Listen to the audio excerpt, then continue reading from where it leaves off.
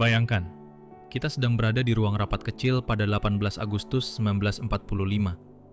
Di luar, bangsa Indonesia baru saja memproklamasikan kemerdekaannya sehari sebelumnya. Namun malam itu, sebuah percakapan singkat hanya 15 menit, menentukan apakah Indonesia akan bersatu atau terpecah. Keputusan itu bukan hanya soal politik, tetapi tentang kemerdekaan batin. Kemerdekaan yang justru lebih penting dari kemerdekaan fisik. Hari ini, mari kita renungkan bersama, apa sebenarnya arti kemerdekaan itu, dan bagaimana kita, sebagai umat Katolik, bisa ikut menghidupinya. Kita bersyukur, karena tahun ini, 17 Agustus 2025, kita merayakan hari ulang tahun ke-80 kemerdekaan Republik Indonesia. Perayaan ini bukan sekadar pesta atau seremoni. Bagi kita umat Katolik, ini adalah kesempatan untuk menumbuhkan cinta tanah air dan mencari jalan-jalan baru untuk mewujudkannya dalam hidup nyata. Ketika proklamasi kemerdekaan dikumandangkan pada 17 Agustus 1945, yang paling terasa adalah kita merdeka secara fisik, bebas dari penjajahan. Tapi, Kardinal Ignatius Suharyo mengingatkan, kemerdekaan sejati lebih dalam dari itu. Kemerdekaan yang paling mendasar adalah kemerdekaan batin, kemerdekaan pikiran, kemerdekaan jiwa, bebas dari kepentingan-kepentingan sempit, jangka pendek, dan tidak mulia. Kesadaran akan kemerdekaan batin ini bukan muncul tiba-tiba. Ia sudah bertumbuh dalam perjalanan sejarah bangsa. 20 Mei 1908, lahirlah Budi Utomo.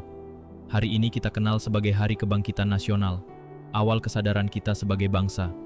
Lalu 28 Oktober 1928, Sumpah Pemuda, satu nusa, satu bangsa, satu bahasa. Peristiwa ini menjadi simpul penting berikutnya, menguatkan identitas bersama. Akhirnya, semua ini bermuara pada proklamasi 17 Agustus 1945. Namun, ada satu peristiwa yang jarang dibicarakan, tapi sangat menentukan. 18 Agustus 1945, sehari setelah proklamasi, Panitia Persiapan Kemerdekaan Indonesia rapat untuk menetapkan dasar negara. Malam sebelumnya, utusan dari Indonesia Timur menyampaikan keberatan. Bila Piagam Jakarta tetap dalam Pancasila Sila Pertama, wilayah-wilayah Timur akan memisahkan diri. Sebelum rapat resmi, Bung Hatta mengundang beberapa tokoh Islam, Ki Bagus Hadikusuma, Wahid Hashim, Kasman Singodimedjo, Teuku Muhammad Hasan, untuk berbicara informal. Hanya 15 menit, dan di situ Bung Hatta berhasil meyakinkan mereka untuk menghapus Piagam Jakarta. Bayangkan, kalau pertemuan singkat itu gagal, sejarah Indonesia mungkin akan sangat berbeda.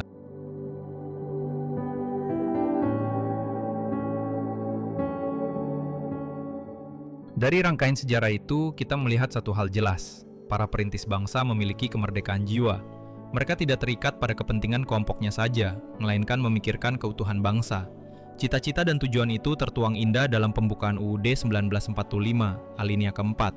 Melindungi segenap bangsa Indonesia dan seluruh tumpah darah Indonesia, memajukan kesejahteraan umum, mencerdaskan kehidupan bangsa, dan ikut melaksanakan ketertiban dunia berdasarkan kemerdekaan, perdamaian abadi, dan keadilan sosial. Bagi kita umat Katolik, semua ini adalah karya agung Tuhan. Karena itu, dalam privasi tanah air, gereja mendoakan 3 momen sejarah penting ini, yaitu Hari Kebangkitan Nasional, kesadaran kita sebagai bangsa, Sumpah Pemuda, bahasa yang mempersatukan, Proklamasi dan Pancasila 18 Agustus 1945, dasar kemerdekaan kita. Tapi kita juga harus jujur, kemerdekaan fisik yang kita miliki dan kemerdekaan batin yang diwariskan para pendiri bangsa kini menghadapi tantangan besar.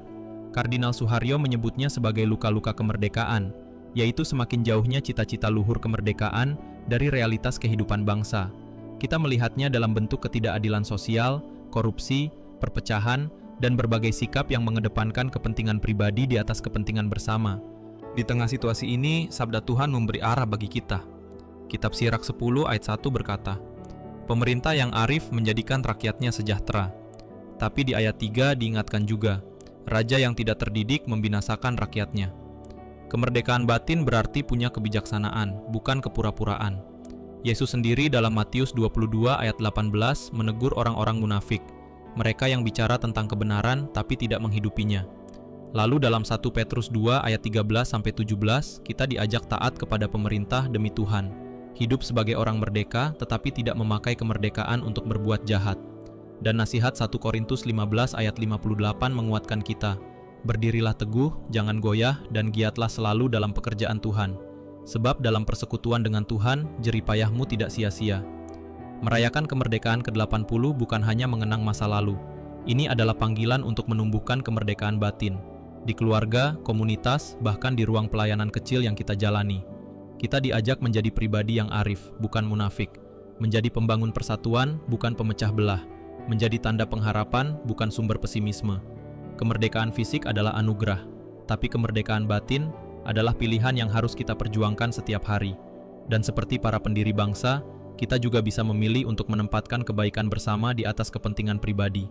Bagaimana caranya kita bisa benar-benar merdeka, fisik dan batin, di tengah luka-luka kemerdekaan yang kita hadapi?